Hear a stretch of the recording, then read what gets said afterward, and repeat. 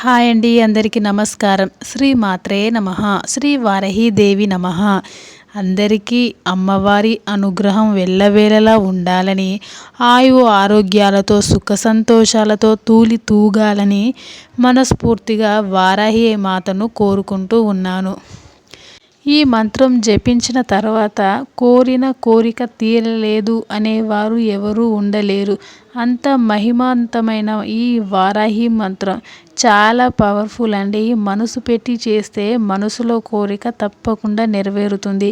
కష్టాలన్నీ తొలగిపోతాయి. ఇష్టమైనది ఏమైనా తప్పకుండా వారాహి అమ్మవారు మీకు దొరికేలా మార్గమైనా చూపిస్తారు.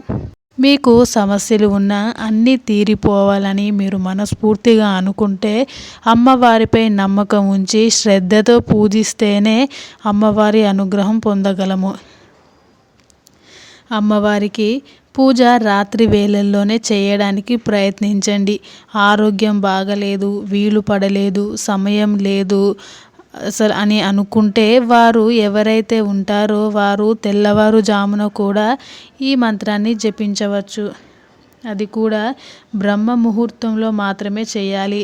ఆ మంత్రం బ్రహ్మ ముహూర్తంలో అంటే ఉదయం 3:30 గంటల నుంచి 5:30 గంటల లోపు ఆ సమయంలో మాత్రమే జపించాలి. మనస్ఫూర్తిగా అమ్మవారిని నమ్మండి. మీకు ఏ సమస్య కష్టం వచ్చినా తీరుస్తుంది. నాకు ఏ భయం లేదు అని నమ్మండి. ఇప్పుడు మీ సొంత అమ్మా నాన్న మీద ఎంత నమ్మకం పెట్టుకుంటారో అలాగే వారాహి అమ్మవారు ఉన్నారు.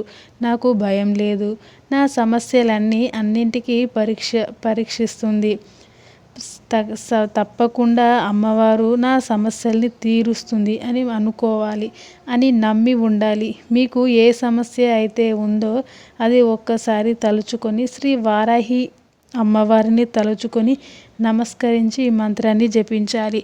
ఈ మంత్రాన్ని 9 లేదా 11 లేదా 21 సార్లు లేదంటే 108 సార్లు జపించండి. ఎంత ఎక్కువ సార్లు జపిస్తే అంత చాలా మంచి జరుగుతుంది. జపించిన సమయం మొత్తం మన మనసులో పూర్తిగా శ్రీ వారాహి అమ్మవారు నిండి ఉంటారు. ఈ మంత్రాన్ని ఆడవారు జపించాలి అని అనుకుంటే డే టైంలో జపించకండి. ఏమి లేదు, పర్వాలేదు, నేను జపిస్తాను అనుకుంటే కోరి సమస్యను తెచ్చుకున్నట్టు అవుతుంది. అమ్మవారితో చెలగాటం ఆడకూడదు. మన సమస్యలను ఎంత తొందరగా తీరుస్తుందో అంతే తొందరగా ఆగ్రహిస్తారు. శ్రీ వారాహి అమ్మవారు న్యాయంతో కూడిన కోరికను మాత్రమే స్వీకరిస్తుంది. ఈ మంత్రం చాలా పవర్ఫుల్ మంత్రం. ఇది అత్యంత శక్తివంతమైన అద్భుతమైన మంత్రం అని చెప్పొచ్చు. నాన్ వెజ్ తిని కూడా ఈ మంత్రాన్ని జపించకూడదు. అమ్మవారిపై స్వచ్ఛందంగా కోరికను మనస్ఫూర్తిగా తలుచుకొని ఈ మంత్రం జపించాలి.